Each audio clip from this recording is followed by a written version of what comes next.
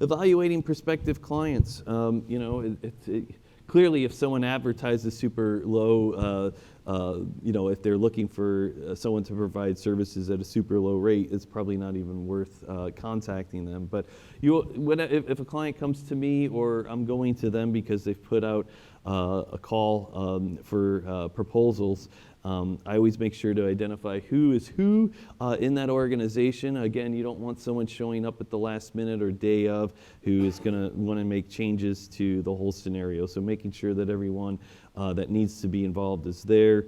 Again, these are very, what I'd say, Discovery 101 basics, identifying who the vendors are. A lot of the times I'm not providing audio services because a venue might be contracted just like PSAV is here or Encore, so they will be doing the audio, and it's my responsibility to make sure I'm working with them to get the audio feed into the live webcast, just like they're doing here. You want to know who's responsible for the content during the event. I almost, just like this event wants presentations from speakers so that they can load it up on laptops. If I'm going to be responsible for driving content in the live stream, I want to make sure it's tested thoroughly ahead of time. And of course, there's inevitably last-minute edits to that kind of content.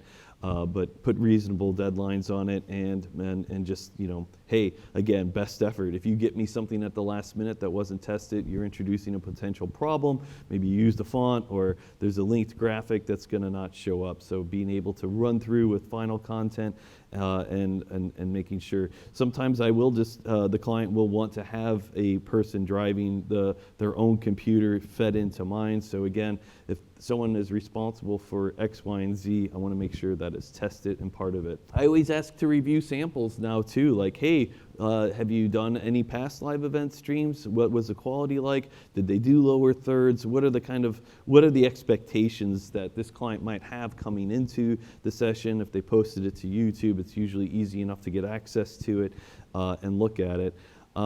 And make sure you're framing your budget clearly to them once you're through the discovery process. And the last but not least, when it comes to evaluating, I like to make surveys. In fact, and if I have a client that fails to do a survey, I'll just go through it on the phone with them or on a Zoom call.